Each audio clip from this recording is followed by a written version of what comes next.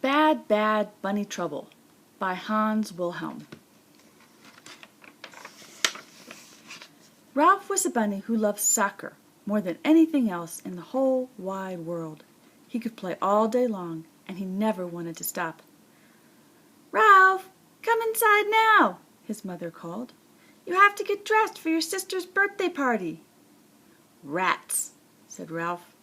It was the last thing he wanted to do.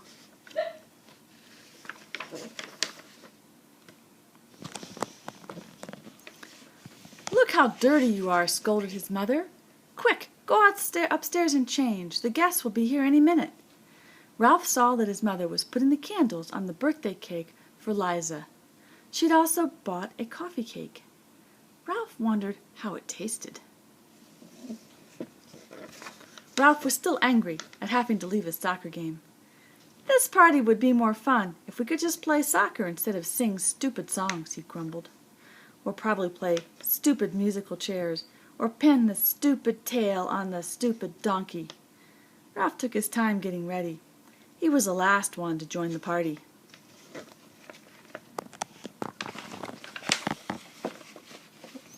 After everyone sang happy birthday, Ralph's mother was ready to cut the cakes.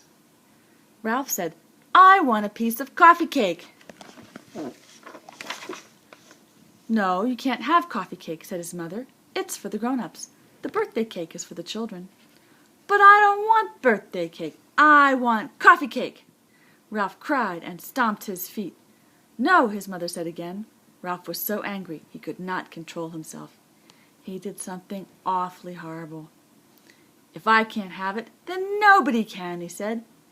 And he spat on the cake. That did it. Now Ralph was in bad, bad trouble. "Ralph, how could you?" his mother gasped. "Up to the attic this instant. I'll deal with you later." Ralph's cheeks were burning as he stomped up to the attic. But he really didn't mind. The attic was the workshop where the rabbits decorated Easter eggs. It was a nice big room, just perfect for working on his fancy footwork. Suddenly, Ralph heard horrifying screams outside, and from the distance came a terrifying chant.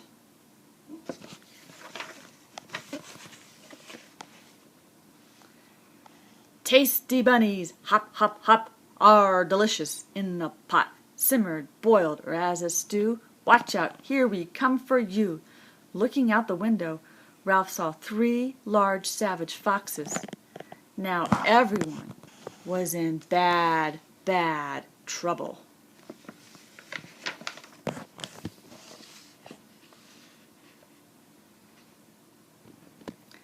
Downstairs there was a great trembling and crying.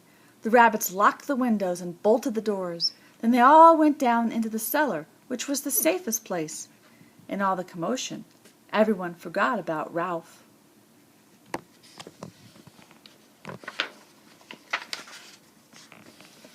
Ralph had to think fast. He picked up a big basket of eggs and threw them out the window.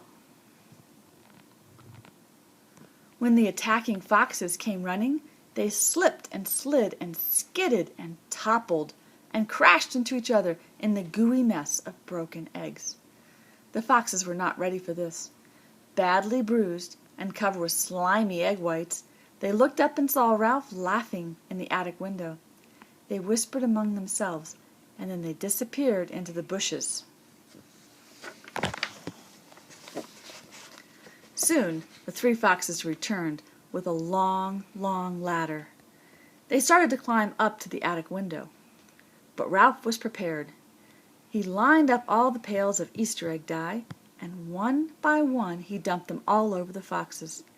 First yellow, then blue, then violet, and finally a big pail of bright red dye. This was all too much for the foxes. Grumbling, they slunk back into the bushes. "Victory!" cried Ralph, and he kicked his soccer ball across the room. But in the next moment, Ralph heard the heavy thumps. Everything in the room started shaking. Now what was happening? The foxes were back, and they were still trying to get in. Thump, thump, thump. We're coming through to have a bunny barbecue. Ralph knew that now he needed some help. He thought of Brutus, the bull, inside of the barn. But the barn was so far away. There was just one chance, he thought. Ralph placed a soccer ball on the windowsill. This would be the most important kick he'd ever made. Ralph gave it all he had. The ball arced and soared and disappeared into the open window of the barn. "Ha ha ha! You missed us!" laughed the foxes, and they gave the door another big thump.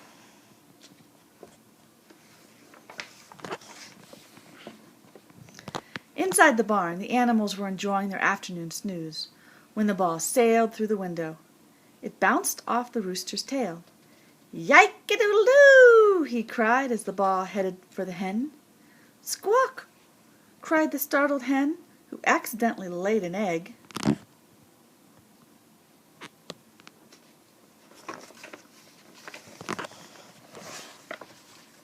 Which dropped on the pig and made her little piglets squeal with laughter.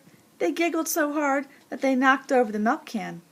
Milk splashed all over the billy goat.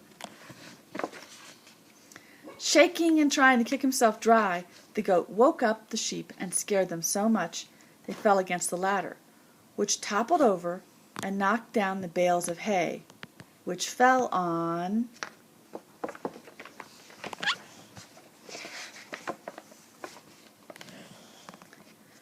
Brutus the bull.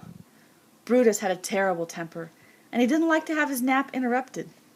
He broke through the pen and crashed out the barn door. He was so mad that nothing could have stopped him. There was only one thing Brutus hated more than being disturbed when he was napping: the color red. And that was precisely what he saw when he stormed out into the yard.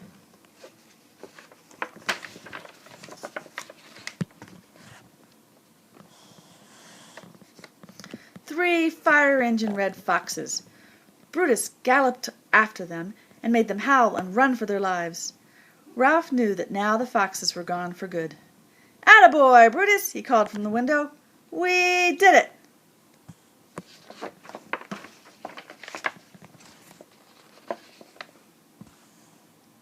The danger was over. The rabbits climbed out of the cellar. When they found out what Ralph had done, they gave him a big cheer. Then the happy rabbits celebrated not only Liza's birthday, but also their good fortune. Liza told everybody, "Ralph must be the greatest soccer player in the world. Nobody else could have made a kick like that."